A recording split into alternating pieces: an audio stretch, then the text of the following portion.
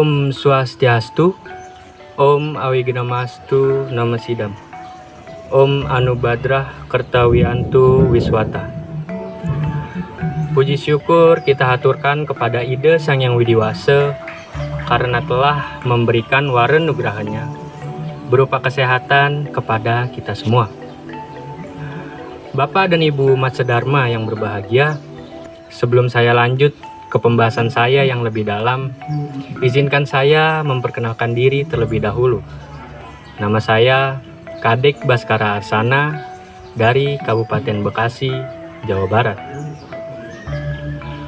Bapak dan Ibu Matsudharma, kita semua pernah memberi.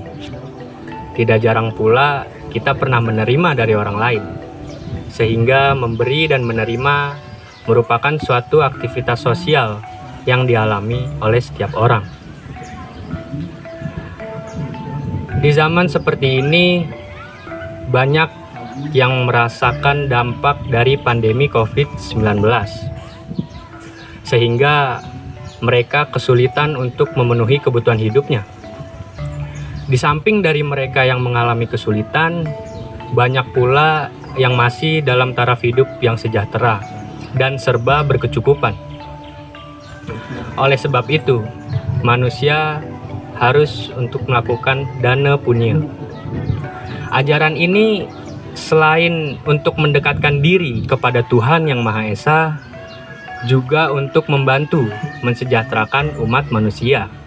Sebagai wujud bakti kepada Tuhan Yang Maha Esa, maka dari itu dana punya harus dilakukan dengan tulus dan ikhlas.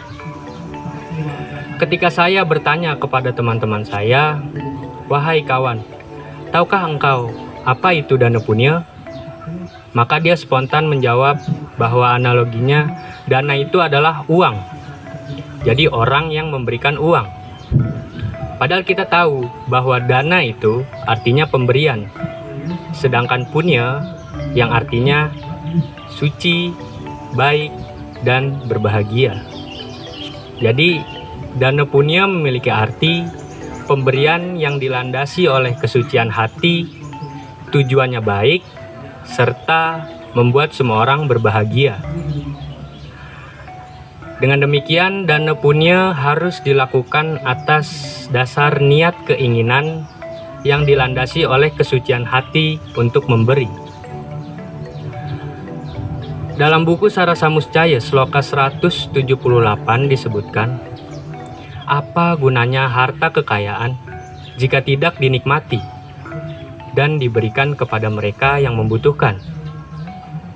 Demikian juga kesaktian tidak akan ada gunanya jika tidak digunakan untuk mengalahkan musuh. Pun ilmu pengetahuan kerohanian tidak ada gunanya jika tidak digunakan untuk mengalahkan panca indera dan juga untuk mengalahkan sifat-sifat rajas dan tamas yang ada pada diri kita masing-masing.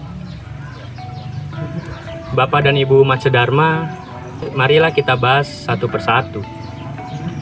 Dalam buku Bhagavad Gita bab 17 sloka 20 disebutkan, Atawyam cidanam diyate nupakarine desekale capatreca Tajdanam Satwikam Smerta, yang artinya berderma secara tulus ikhlas tanpa mengharapkan imbalan pada saat yang tepat kepada orang yang layak menerimanya, itulah yang disebut dengan satwika. Yang ditegaskan pertama bahwasanya syarat dana punya adalah keikhlasan dan kesucian.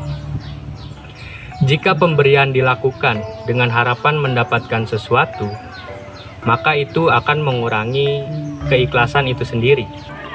Jika apa yang diharapkan dari pemberian itu tidak tercapai, maka akan menimbulkan rasa kekecewaan.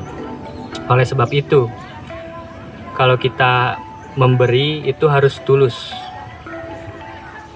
Pemberian dana punya bisa dibagi menjadi 3, yaitu pemberian dalam bentuk materi, pemberian dalam bentuk tenaga, dan juga pikiran. Pemberian dalam bentuk materi bisa berupa uang, pakaian, ataupun makanan. Sedangkan pemberian dalam berupa tenaga itu bisa berupa pertolongan ataupun pelayanan. Sedangkan pemberian berupa pikiran itu bisa berupa nasihat, saran, solusi, dan sebagainya. Bapak dan Ibu umat sedharma yang berbahagia, harta itu harus dinikmati dan diberikan kepada mereka yang membutuhkan. Misalnya, kalau kita bekerja, mencari nafkah, melakukan keberlangsungan hidup di jalan dharma, serta memperoleh hasil dari pekerjaan kita, maka nikmatilah. Tetapi, alangkah baiknya sebagian dari hasil yang kita peroleh itu lakukan sedikit pembagian untuk mana yang kita nikmati dan mana yang kita berikan kepada mereka yang membutuhkan. Tentunya yang terpenting adalah untuk keluarga dekat kita. Jika memungkinkan, jangkaulah ruang lingkup yang lebih luas. Contohnya, memberi kepada mereka yang bukan merupakan bagian dari keluarga inti kita. Tetapi ingatlah akan konsep berbagi atau memberikan dengan landasan kesucian hati, agar berbahagialah untuk kita yang memberikan dan untuk mereka yang menerimanya. Bapak dan Ibu umat sedharma, apakah bentuk dana punya tadi hanya dengan bentuk uang saja? Seperti yang saya beri gambaran kepada teman saya tadi? Tentu saja tidak. Apabila pemberian berupa makanan, maka terkecillah pahalanya.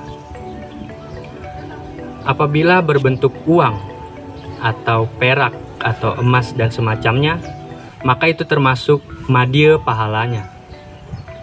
Namun apabila kita berdana punya dengan bentuk ilmu pengetahuan, maka pahala yang akan kita terima mengatasi punya yang pertama dan yang kedua tadi, serta pahala yang kita dapat sangatlah besar. Bapak dan Ibu umat sedharma, apakah sekiranya ada bentuk dana punya yang lain? Jawabannya adalah iya, ada.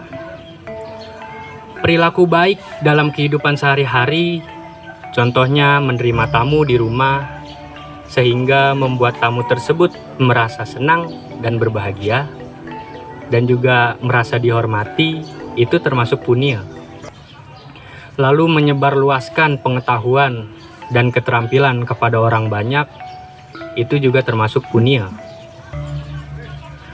Lalu membersihkan fasilitas umum di sekitar kita, atau yang biasa kita sebut dengan kerja bakti, itu juga termasuk punya.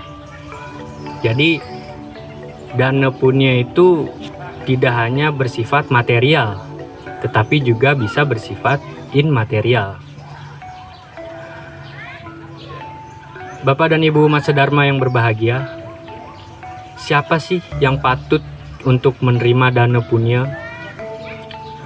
Dalam buku Sarasa Muscaya Sloka 187 disebutkan bahwa ia yang berhak mendapatkan dana punya atau yang patut mendapatkan dana punya adalah orang-orang yang berkelakuan baik,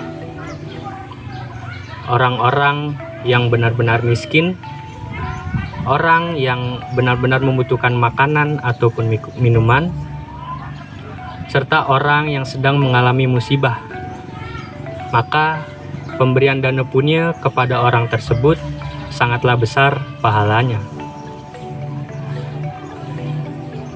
Terakhir saya ingin sampaikan bahwasanya sikap sangatlah berpengaruh akan kualitas dari dana punya itu sendiri. Disebutkan utama dana apabila kita memberi tanpa adanya rasa ingin dibalas atau pamrih. Itu termasuk utama dana. Lalu ada madya dana.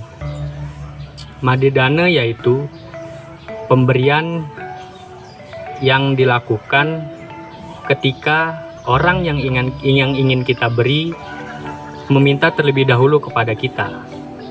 Itu disebut madya dana. Yang ketiga ada kanista dana. Kanista dana ini dilakukan apabila kita mengharapkan imbalan atau balasan dari apa yang kita beri, dengan cara menghardik, sikap tidak baik, atau bahkan seolah-olah kita menghadapi pengemis yang bahkan kita tidak tahu pengemis itu lebih mampu dari kita atau memang benar-benar membutuhkan kita.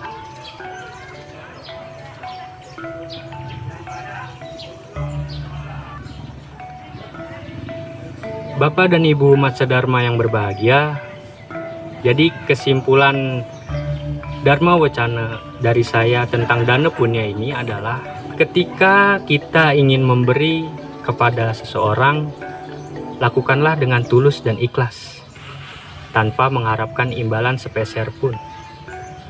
Tidak perlu difikirkan, apapun bentuk dana punya itu bisa berarti untuk orang yang kita bantu.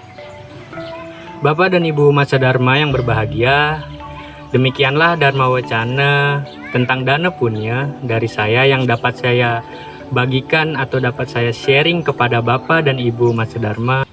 Izinkan saya untuk menutup Dharma Wacana ini dengan Paramasanti. Om Santi Santi Santi Om.